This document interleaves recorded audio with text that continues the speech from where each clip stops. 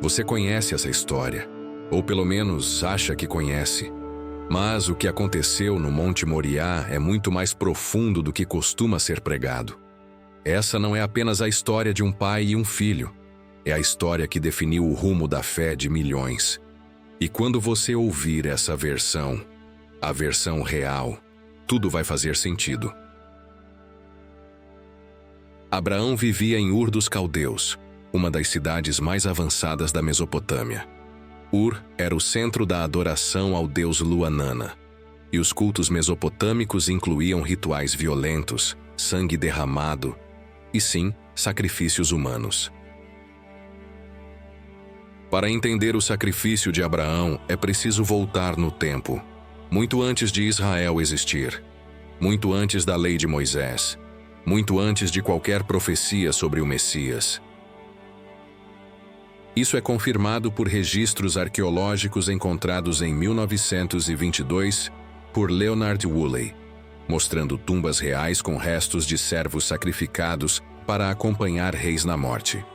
Esse era o mundo de onde Abraão veio, um mundo onde deuses exigiam sangue humano.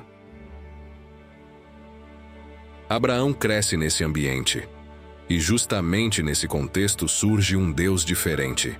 Um Deus que não se apresenta como um tirano, mas como um Deus que chama, promete, orienta e faz alianças.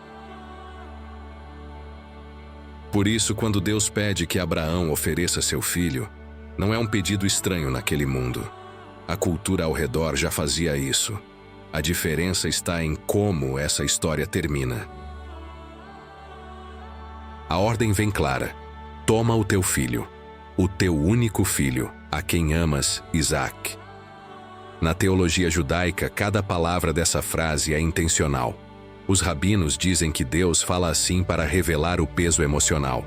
Eles chamam isso de Lashon Shavivut, a linguagem do afeto. Os cristãos veem aí um paralelo direto com João 3,16, o seu filho amado. Abraão acorda cedo e parte. A Bíblia diz que são 3 dias de caminhada. Esse número nunca está ali à toa. O Midrash judaico diz que Abraão caminhou 3 dias para que sua decisão fosse consciente, não impulsiva. E os cristãos veem nisso uma sombra profética. 3 dias entre a morte e a vida, entre sacrifício e redenção. Quando chegam perto do monte, Abraão diz aos servos: eu e o menino iremos, adoraremos e voltaremos. No hebraico, voltaremos está no plural. Abraão não mente. Ele realmente acredita que Isaque voltaria vivo. A carta aos Hebreus explica isso. Abraão acreditava que Deus podia ressuscitar Isaque se fosse preciso. Isaque carrega a lenha do sacrifício. A tradição rabínica diz que ele tinha entre 17 e 33 anos, não era uma criança. Ou seja, Isaque poderia resistir, mas ele aceita. Ele confia, assim como Cristo, carregando sua própria cruz. O diálogo entre pai e filho é curto, mas profundo. Pai, e onde está o cordeiro? Deus proverá. E quando o altar está pronto, Isaque se entrega. Os textos antigos judeus dizem que Isaque estende as mãos voluntariamente. Ele participa do sacrifício. É aqui que a história muda. Nas religiões antigas, o sacrifício humano selava a aliança entre Deus e adorador. Era uma troca, vida por vida. Mas no Monte Moriá, Deus faz algo que nenhum outro Deus faria. Ele interrompe: Abraão, Abraão, não toque no menino. E então, aparece o cordeiro preso pelos chifres. Os judeus dizem que o chifre preso significa: não é você quem me dá o sacrifício, sou eu quem providencia.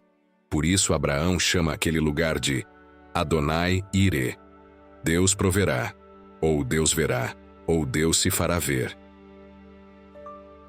Séculos depois, na mesma região, outro filho carregaria madeira. Outro filho se entregaria voluntariamente. Outro sacrifício aconteceria.